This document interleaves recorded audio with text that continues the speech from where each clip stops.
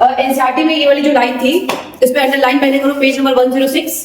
Page number 106 लिखा हुआ है कि a particular property of amino acid is the ionisable nature of amino group and acidic group, जहां में लिखा हुआ है कार्बोक्सिल ग्रुप। आगे लिखा हुआ है hence in solution of different pH the structure of amino acid changes. इस पे लिख लो असर्शन रीजन। यहां से असर्शन रीजन का सवाल बनता है। असर्शन ये बनता है कि in a solution of different pH the structure of amino acid changes, ये असर्शन होता है। और रीजन ये होगा कि जो अमीनो ग्रुप है और जो एसिडिक ग्रुप है वो आयोनाइजेबल होता है, तो ये इसका रीजन है और रीजन भी करेक्ट है। स्ट्रक्चर इसीलिए चेंज होता है क्योंकि जो अमीनो ग्रुप होता है और जो एसिडिक ग्रुप होता है वो आयोनाइज होता है किसी भी सॉल्यूशन में। अब तुम्हें एक चीज पता होना चाहिए कि अमीनो एसिड में दो ग्रुप है, एक ये वाला जिसको बोलते हैं अमीनो ग्रुप और ये वाला जिसको बोलते हैं एसिडिक ग्रुप, सबको पता है। और एक चीज और याद रखना कि ये जो अमीनो ग्रुप है, ये जो अमीनो ग्रुप है, ठीक है, ये होता है प्रोटॉन एक्सेप्टर। ये क्या होता है? Proton acceptor. और ये जो प्रोटॉन को एक्सेप्ट करता है ये कन्वर्ट हो जाता है NH3+ में, ठीक है। वही ये जो एसिडिक ग्रुप है COOH, ये है प्रोटॉन डोनर। जब ये प्रोटॉन डोनेट कर देता है, जब इसमें से H+ निकल जाता है तो ये कन्वर्ट हो जाता है COO- में। ये चीज तुम्हें याद रखना है, एक प्रोटॉन डोनर है और एक प्रोटॉन एक्सेप्टर है, याद रहेगा। होता है, सबको क्लियर है। इस लाइन का क्या मतलब है कि कैसे अमीनो एसिड का स्ट्रक्चर चेंज होता रहता है। तो अमीनो एसिड का स्ट्रक्चर तो ये है, ठीक है।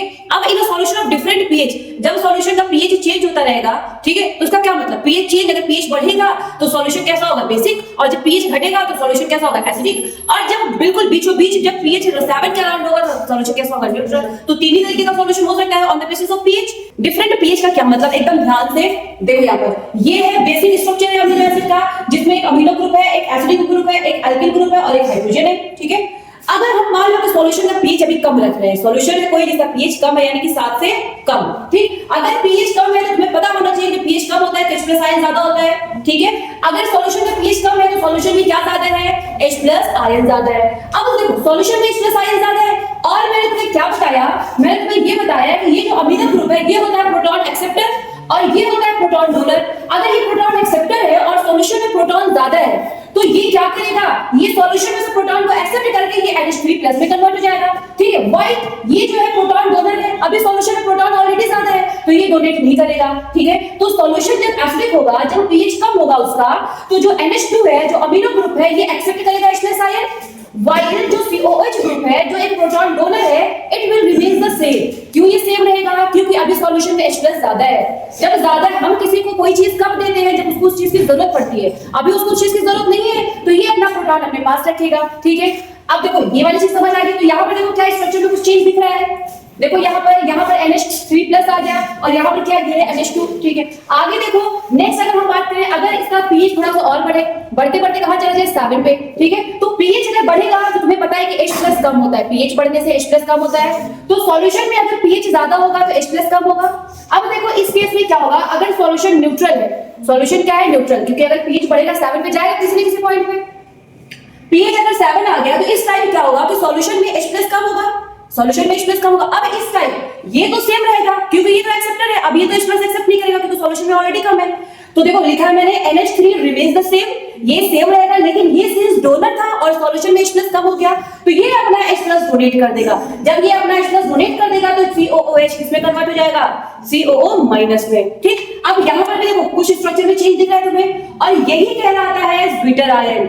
ये क्या कहलाता है? ये कहलाता है ज्विटर आयन। क्यों ज्विटर आयन कहला रहे हैं? क्योंकि इसके पास दो चार्ज है। ज्विटर का मतलब होता है बाइपोलर, ठीक है। अब इसके पास दो चार्ज है, नेगेटिव चार्ज भी है, पॉजिटिव चार्ज भी है, इसीलिए इसको बोला जाता है ज्विटर आयन, ज्विटर आयन, ठीक। अब जैसे जैसे पीएच बढ़ाते हैं, पीएच अगर 7 से ज्यादा हो गया, और तुम्हें एक चीज पता है जब पीएच बढ़ता है तो H+ कम होता रहता है। अब सॉल्यूशन में पीएच बढ़ गया और H+ बहुत कम हो गया। इस टाइम कौन आगे आएगा?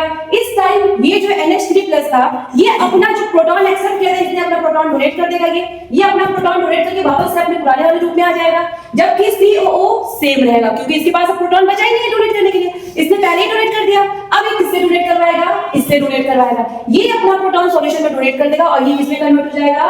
NH2 में, ठीक है। तो यहाँ पर हम देख पा रहे हैं कि सॉल्यूशन का पीएच जैसे जैसे चेंज हो रहा है, अमीनो एसिड का जो स्ट्रक्चर है वो ओरिजिनली ये था, फिर इसमें कुछ ये चेंज आया, फिर ये चेंज आया, फिर ये चेंज आया। अमीनो एसिड का स्ट्रक्चर, सॉल्यूशन का पीएच जैसे जैसे चेंज होता है, स्ट्रक्चर भी चेंज होता रहता है। और ये चेंज क्यों हो रहा है? क्योंकि ये जो अमीनो ग्रुप है, ये जो अमीनो ग्रुप है और ये जो एसिडिक ग्रुप है ये कैसा है, आयोनाइजेबल है। अगर ये आयोनाइजेबल नहीं होता तो सॉल्यूशन का पीएच कुछ भी चेंज होता रहता, स्ट्रक्चर में चेंज नहीं आता। तो ये जो असर्शन अगर तुम्हें दिया रहेगा in a solution of different pH the structure of amino acid changes, तो ये असर्शन ट्रू होगा।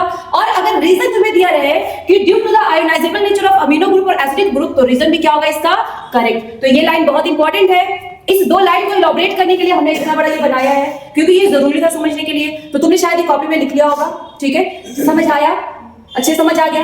पहली बात तो तुम्हें ओरिजिनल स्ट्रक्चर पता होना चाहिए अमीनो एसिड का। ओरिजिनल स्ट्रक्चर क्या है, एक ही कार्बन पे amino group, acidic group, alkyl group और हाइड्रोजन अटैच होते हैं, ठीक है। अब जो अमीनो ग्रुप होता है ये होता है हाइड्रोजन एक्सेप्टर, वाइल जो एसिडिक ग्रुप होता है ये होता है H+ डोनर। हाइड्रोजन वो डोनर होता है, एक्सेप्टर होता है, और ये होता है हाइड्रोजन डोनर। जो अमीनो ग्रुप है वो होता है H+ एक्सेप्टर, और जो एसिडिक ग्रुप होता है ये होता है हाइड्रोजन डोनर, ठीक। अब अगर सॉल्यूशन में पीएच कम है तो पीएच कम रहेगा, तो क्या मतलब इसका, H+ ज्यादा। सॉल्यूशन में H+ ज्यादा है तो जो एक्सेप्टर है वो ज्यादा से ज्यादा प्रोटॉन एक्सेप्ट करेगा। तो जो NH2 है, जो अमीनो ग्रुप है, ये प्रोटॉन को एक्सेप्ट करके ये कन्वर्ट हो जाता है NH3+ में, व्हाइल जो डोनर है it will remain the same क्योंकि सॉल्यूशन में ऑलरेडी H+ ज्यादा है। फिर सॉल्यूशन का पीएच और बढ़ाओगे, बढ़ते बढ़ते 7 के आसपास चला गया, सॉल्यूशन कैसा हो गया, न्यूट्रल। इस टाइम H+ कम हो गया सॉल्यूशन में, ठीक है। जब पीएच बढ़ाओगे तो H+ कम होगा। अब कौन डोनेट करेगा, जो डोनर होगा। तो जो COOH है ये अपना प्रोटॉन डोनेट करके कन्वर्ट हो जाएगा COO- में, while NH3 remains the same क्योंकि तो एक्सेप्टर है और सॉल्यूशन में भी कमी है। आगे जब और कम हो जाता है H+, जब यहाँ पर सॉल्यूशन में H+ और कम हो जाता है, इस टाइम कौन अपना H+ डोनेट करेगा, जिसने एक्सेप्ट किया था ये अपना H+ डोनेट कर देगा और ये इसमें कन्वर्ट हो जाएगा NH2 में, ठीक है। इस तरीके से पीएच चेंज जैसे जैसे होता है अमीनो एसिड का जो स्ट्रक्चर है वो चेंज होता रहता है। क्लियर है सबको, ठीक है, ये सबने बना लिया, ठीक है, चलो ठीक है।